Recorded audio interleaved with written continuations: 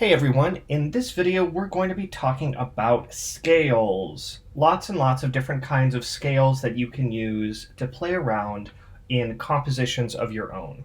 I want to be clear that this is not an exhaustive overview of every single scale that exists. That would take a lifetime of study because different cultures use collections of pitches in different ways. The scales that we're going to be looking at today are scales that translate well to equal temperament.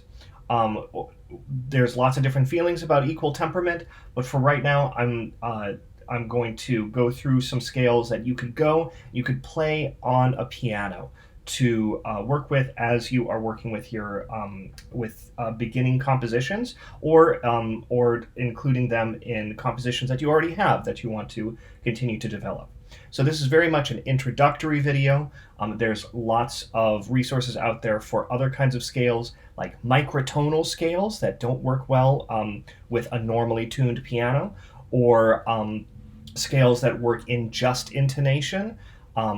So there's and scales that work with different temperaments. So we're not really going to get into that right now. This is just sort of a jumping off point for you to have some resources to begin experimenting with some different pitch collections. So we're going to be talking about some different words here. Sometimes you'll hear me talk about scales, sometimes you'll hear me talk about modes, and sometimes you'll hear me talk about pitch collections.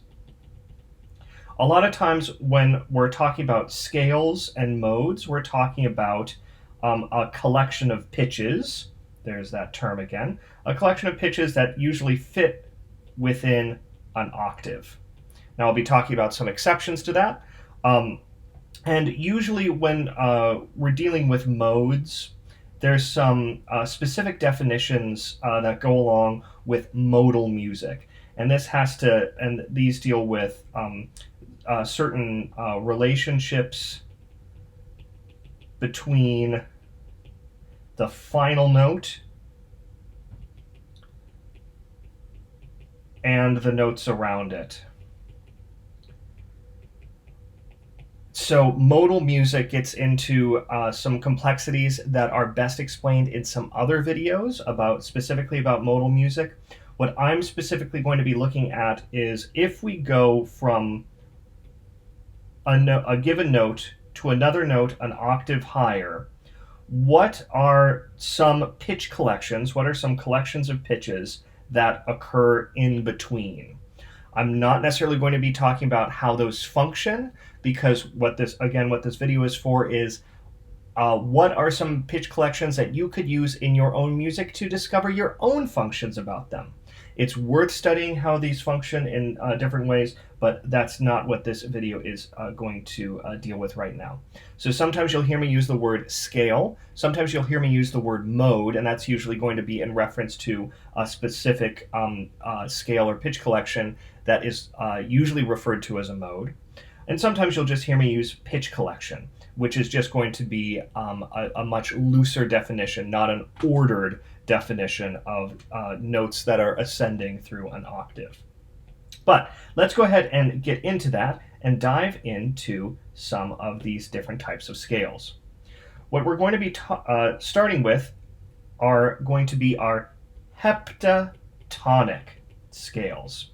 These mean our 7-note scales, or really 7 pitch scales. And let's start with one that we are all likely very, very familiar with. We're just going to start with the C major scale and talk about what exactly is going on with a scale.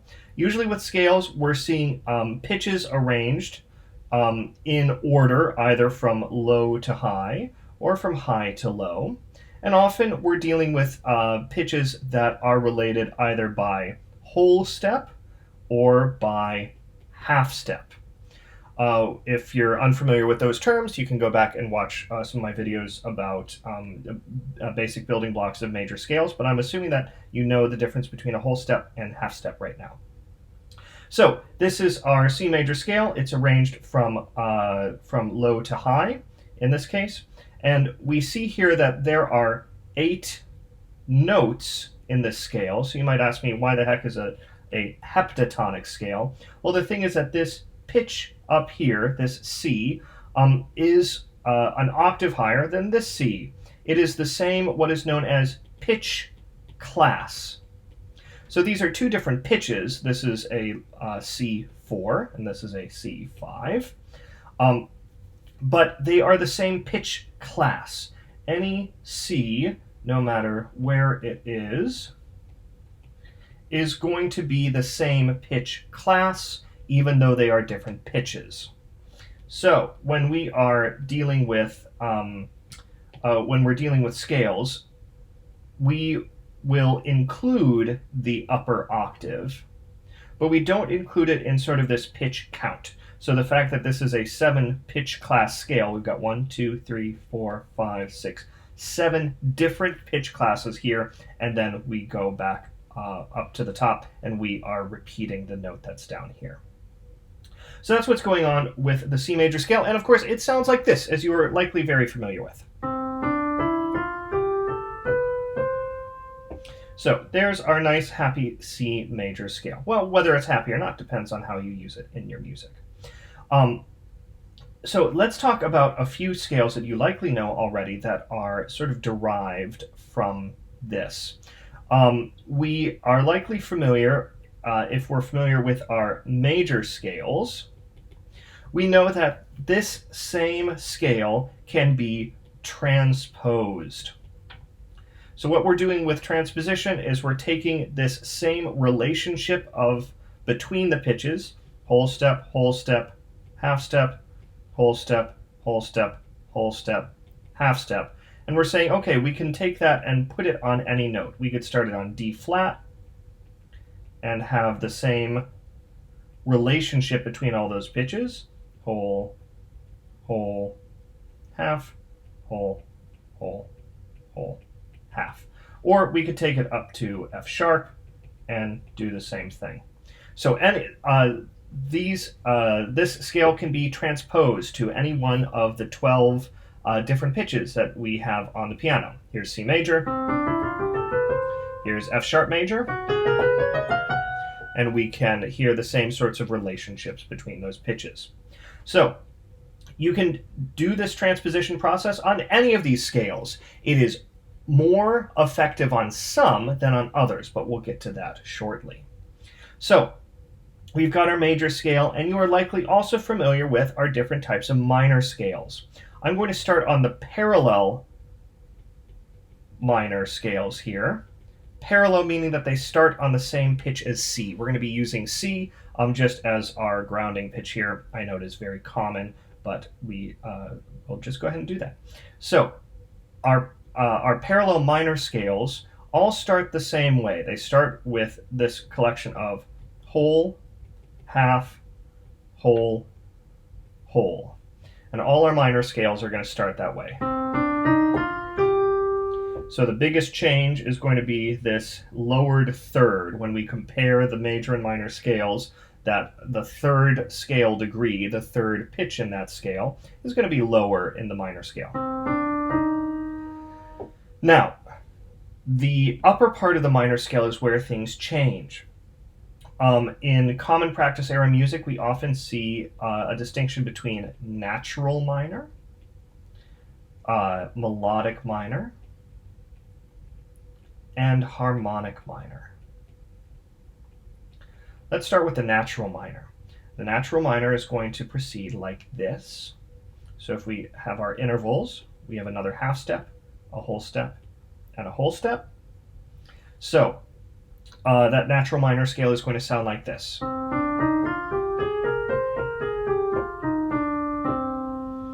If we used just the notes that are in the key signature of C minor, those are the pitches that we would have. If you want, if you're unfamiliar with key signatures or want to check those out more in depth, you can view that video.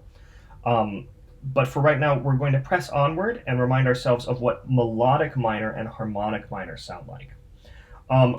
We'll do harmonic minor next. So this was natural minor, and we're going down and looking at harmonic minor just for a second. With harmonic minor, what we're doing is we are going to raise one of these pitches. So we're going to raise this 7th scale degree and make it a leading tone. We're going to feel this sort of yearning within the common practice era system to move upwards to that final note. There's a bit of a change in this interval then. This A flat to B natural is what's known as an augmented second, and this last interval is a half step. So we usually don't get lots of augmented seconds in this style, but you certainly can get them in scales that you create, and they're wonderful intervals to hear.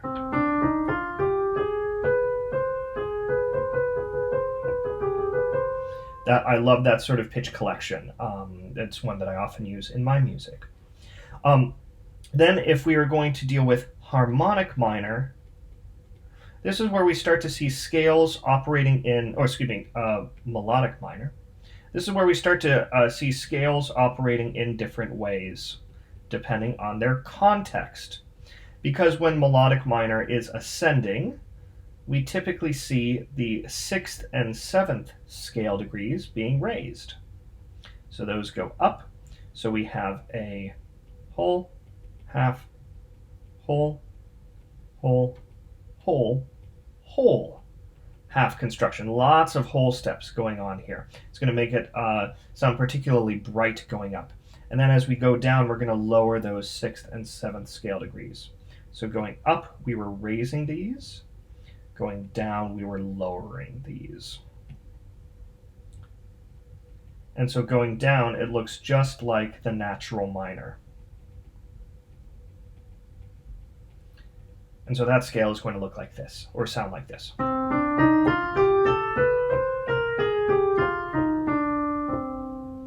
Now, a lot of this may seem really familiar to you, especially if you've been doing theory for a few years, but I wanted to make sure that we do this because a lot of what we're going to be talking about next is based on some of these basic ideas. Because what I'm going to dive into next is looking at some modes. Again, modes are sort of treated in different ways in different sorts of styles. If we were working with Renaissance counterpoint, or we were dealing with chant styles from the Middle Ages, the way that I'm talking about modes would not apply as well to that. These modes, sometimes referred to as quote-unquote the church modes, often appear in jazz and whatever we wish to call this contemporary classical thing, that we often refer to as being an outgrowth of the common practice era. And also in popular music, film music, all of this stuff that makes up this cloud of contemporary quote-unquote art music, whatever we make of that. That's, of course, a loaded term. But what I'm interested in is introducing you to these pitch collections so that you can use them freely in your music. The basic idea of modes in this context, not in a Renaissance counterpoint context, and not in a medieval chant context, is what we're going to do is we're going to take this C major scale and we can construct scales starting on the progressive pitches. So, of this C major scale, because the C major scale is also known as the Ionian mode. It is, when we are talking about modes, you will sometimes hear it referred to the Ionian mode, and the C major scale have the same collection of pitches. Again, it means something different if we were dealing with Renaissance counterpoint, but it sounds exactly the same for our purposes today. So what we're going to do with our following modes is start on progressive pitches and go up and fill in that octave. This next mode, which would start on D and use the same key signature as C major, we'll assume that I'm all in treble clef here. I should have made that clear. Will sound like this.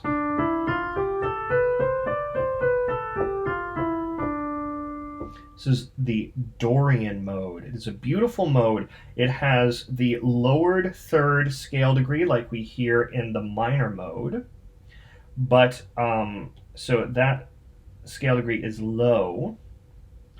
But then as we are going up, we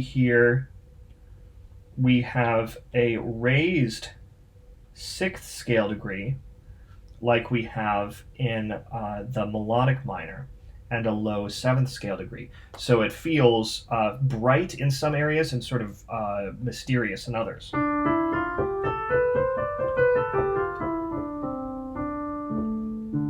Lovely mode there. Love the Dorian mode. I love all of them, but that's okay. If we started on the third scale degree of the C major scale, or the Ionian mode, and built up from there, we get the Phrygian mode.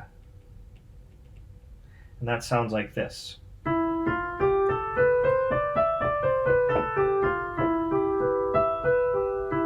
Another minor sounding mode where we have that low third scale degree there.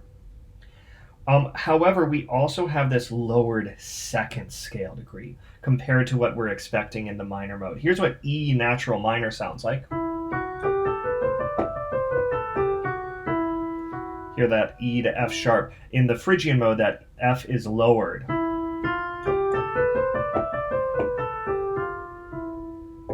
It makes it feel like it is leading down, back down to the tonic. And indeed, some of the cadences in the Phrygian mode are based around this leaning back towards the tonic. The Phrygian mode was often used in sort of the context of requiems or mournful pieces. So you will sometimes hear that context. Compared to that, the next mode feels quite bright and, to me, chipper. This is the Lydian mode, which begins on F if we are using this method of building up from the Ionian mode. So the Lydian mode here is much like is a sort of majorish sounding mode, except it has a raised fourth scale degree based on what we might expect from an F major scale. Here's F major. Here's the Lydian mode.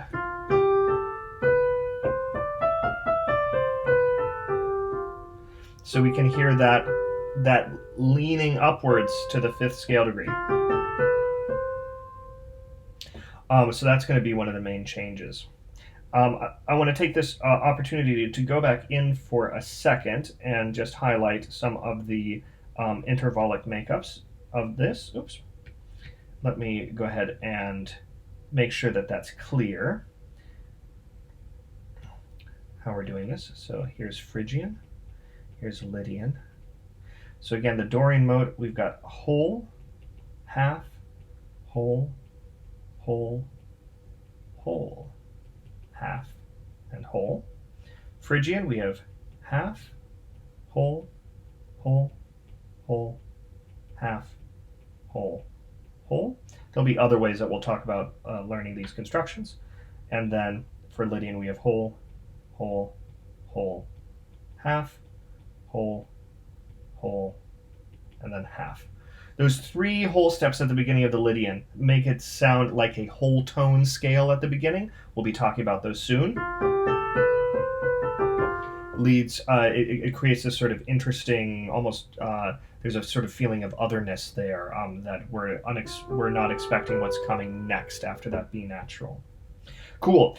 So next is the Mixolydian. We're going up, so we'd be starting on the fifth scale degree there. And here are those pitches. And so we have here another major sounding mode, whole, whole, once we start with those first two whole steps. Starts to sound like a major sounding mode, and in fact, it's almost exactly like a major scale until we get to this seventh scale degree. The seventh degree here is lowered from what we expect. If we had a G major scale, it would sound like this. Here's the Mixolydian scale, though. that lowered 7th scale degree. This is actually what Scottish bagpipes are tuned in. That sort of quote-unquote medievally sound that's loaded, but could be a useful way of thinking about that. All right, then we go on to the Aeolian mode. That would be starting on this next scale degree starts on A. A, B, C, D, E, F, G, A. Now, you may look at this and realize, well, this is just an A natural minor scale. Whole, half, whole, whole, half, whole, whole. And indeed it is. What we think of as the major mode is basically a normalization of the Ionian mode. And what we think of the minor mode is a normalization of the Aeolian mode. Based on some stylistic procedures that were happening at the end of the Renaissance and the beginning of the Baroque era, these modes became increasingly frequent in written out European music, particularly European music that's coming out of Christian areas, because these treatments of these modes came out of some of the counterpoint that's used in some of the Christian choral music of that time. So we see this, we hear this tendency to gravitate towards the Ionian mode and the Aeolian mode. And that's where we start to see this emergence of the systems that create our our major and minor mode tonalities that arise during the Baroque and Classical eras in the common practice era music of Europe. So that's why we can recognize this as being a natural minor.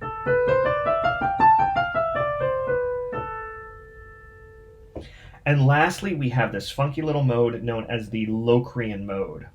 The Locrian mode is not used much in music of, let's say, quote-unquote modal music of the Renaissance, because we end up seeing a tritone between the 1st and 5th scale degrees.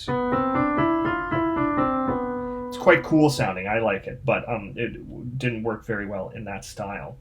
It's another minorish sounding mode. The 3rd scale degree forms a minor third between the final pitch and that scale degree. So, but compared to the minor mode, we have what feels like a lowered 2nd scale degree and a lowered 5th scale degree, compared to what we would expect if we had B minor. So the makeup of this is a half step, whole step, whole step, half step, whole step, whole step, whole step.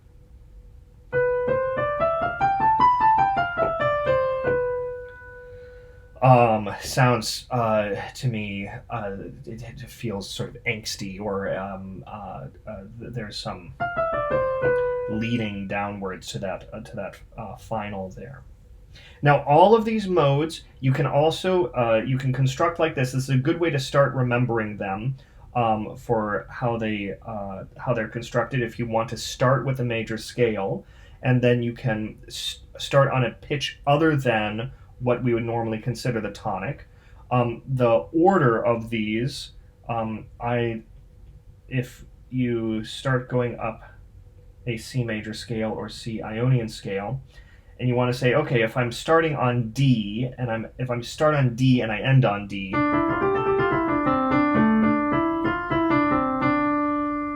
you'd sort of be implying the Dorian mode. A lot of it is based on emphasis, in terms of it, as you are playing around and creating your own compositions. Again, modal music of the Renaissance would have certain systems in place to really emphasize this final note. But for right now, just use emphasis and beginning and end, the beginning and end of passages that you write to explore some of these modes. But if you're trying to remember these, the acronym that I learned was, I don't play loud music at lunch, but I find that very prescriptive, and so I I do play loud music at lunch. But you can come up with your own. So Ionian, Dorian, Phrygian, Lydian, Mixolydian, Aeolian, Locrian. Now all of these, of course, can be transposed, and it can be instructive to hear what this sounds like if we transpose these all to C. So if we transpose these all to C, this would of course be our starting Ionian mode. If we wanted to have a Dorian mode starting on C, it would look like this. If we wanted to have Phrygian, it would look like this. If we wanted to have Mixolydian, Lydian next, it would look like this. So this is Phrygian, this is Lydian. Here's Mixolydian.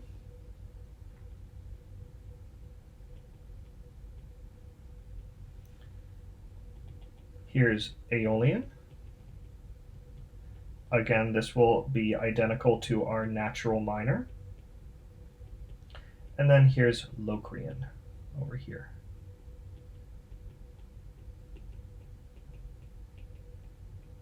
There we are. So let's hear what these all sound like starting on C. Here's Dorian.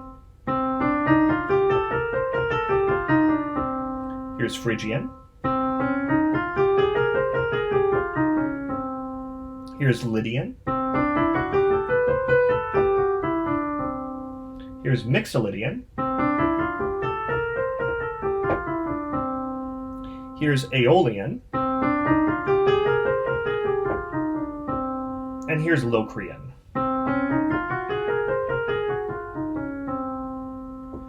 Many people will group these, as I hinted at, into sort of what are majorish sounding modes and what are minorish sounding modes. So the majorish sounding modes are going to have a major third between the start of the scale and the third scale degree. The minorish sounding modes are going to have a minor third between the beginning of the scale or mode and the third scale degree. Locrian is also funky, but that's technically included in there. So our Ionian mode is majorish sounding because it's basically a major scale. The Lydian mode also like that. And Mixolydian also sort of majorish sounding. We go on to our minorish sounding ones. That's going to include Dorian, Aeolian, and Phrygian. And Locrian, the funkiest. At least funky to our major scale sort of primed ears in a sort of 21st century context that is inherited common practice era music.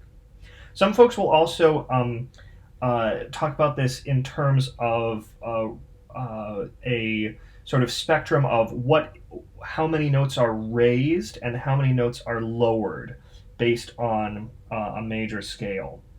So if we were to say create a sort of spectrum over here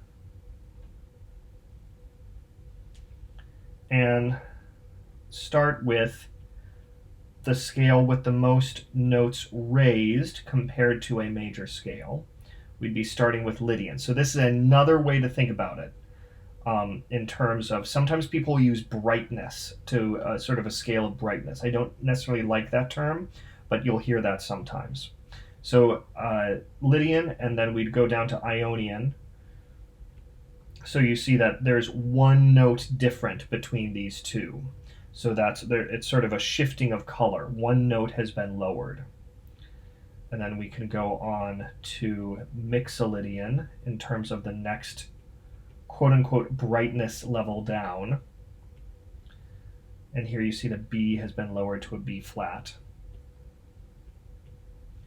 Next up is Dorian. The E gets lowered to an E flat. Then next up is Aeolian. The A gets lowered to an A flat, like this. And then we go on to Phrygian, where the second degree, the D gets lowered to a D flat. And lastly, to Locrian,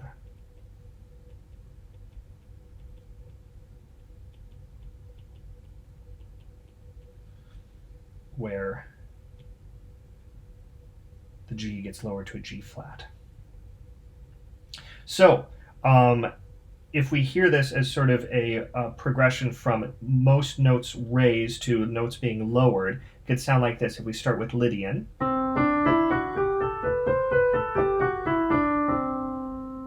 lower the F sharp to an F, we get Ionian. Let me move that arrow over. Should be here. Sounds like this. Lower the B to a B flat, we get Mixolydian. Lower the E to an E flat, we get Dorian. Lower the A to an A flat, we get Aeolian. Lower the D to a D flat, we get Phrygian. And lower the G to a G flat, and we get Locrian.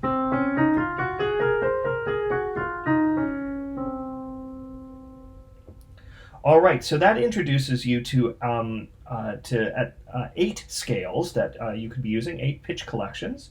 Are modes, as well as which encompass the major scale and the natural minor scale. But also you can use harmonic minor, that's 8, and actually melodic minor as well, so that's 9. So here's 9 different pitch collections that you could be using to explore some composition on your own. In the next video, we're going to be taking some of these principles as well as exploring scales that are not heptatonic. So I look forward to sharing that with you in the next one.